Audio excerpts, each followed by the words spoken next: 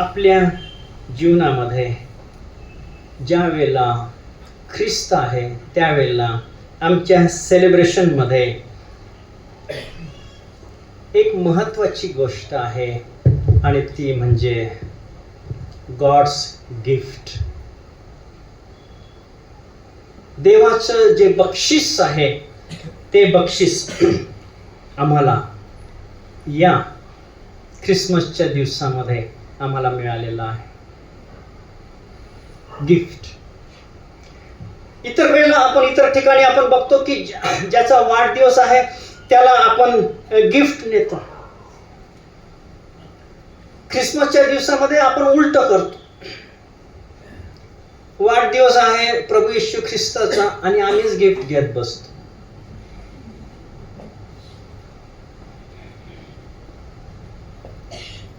मग ही गिफ्ट देण्याची संकल्पना कुठून आली आणि का आली? आता आपण गिफ्ट एकमेकाला देतो घरामध्ये, पण सांगून देत नाही चला आपण शॉपिंगला जाऊ, चला आपण बेथलेहमला जाऊ, काय काय मिळतं सिटीमध्ये बघू. मग कपडे घेतले जातात, कोणी बूट घेतं, कोणी ब्लेझर घेतं, कोणी टाय घेतं वगैरे, आणि हे सगळं माहिती असतं. पण अमेरिकेमध्ये गिफ्ट तसं नाही देत, तसं देत नाही. कसं देतात? मी त्या ठिकाणी 7 वर्ष होतो, मला माहिती आहे. I like that Christmas. नोव्हेंबरच्या पहिल्या आठवड्यापासूनच काय होतं की हे जे फॅमिली मेंबर आहेत ते, मी आता माझ्या लेकरांना, माझ्या मुलीला काय गिफ्ट देणार विचार सुरू होता. मग पती विचार करतो मी माझ्या पत्नीला काय गिफ्ट देऊ.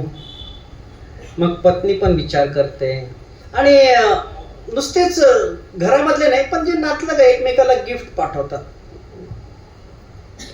तर आणि मग काय होतं की कोणी कोणाला सांगत नाही. व्हेरी व्हेरी व्हेरी कॉन्फिडेन्शियल, सांगायचं नाही, कोणाला कळूच द्यायचं नाही. आणि मग वेगवेगळ्या वेळेला वेगवेगळे ते लोक जाणार आणि बक्षीस घेणार.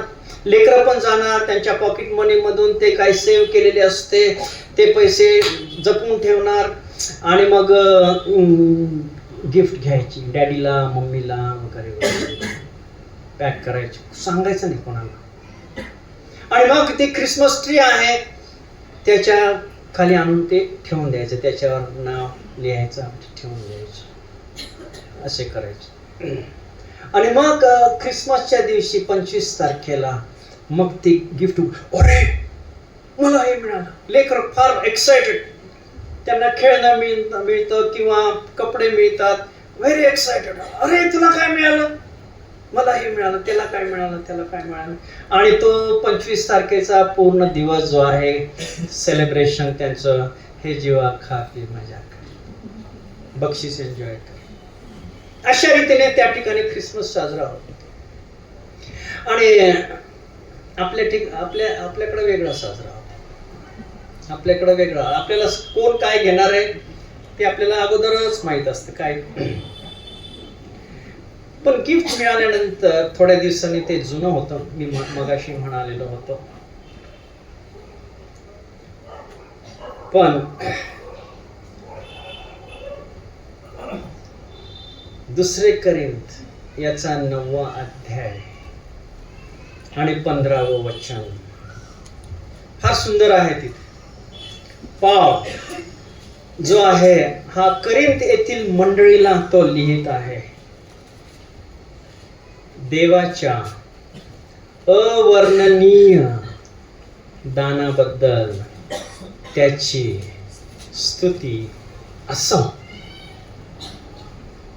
देवाच्या अवर्णनीय दानाबद्दल, म्हणजे देवाने असं दान दिलेलं आहे की ते दान, त्या दानाची वर्णन शब्दामध्ये होऊ शकत नाही. आणि हे असताना देवाने दिलं. योहान 3:16, देवाने जगावर एवढी मोठी प्रीती केली की त्याने आपला एकुलता एक पुत्र दिला, यासाठी की जो कोणी त्याचवर विश्वास ठेवेल त्याला सार्वकालिक जीवन प्राप्त व्हावे. आमेन.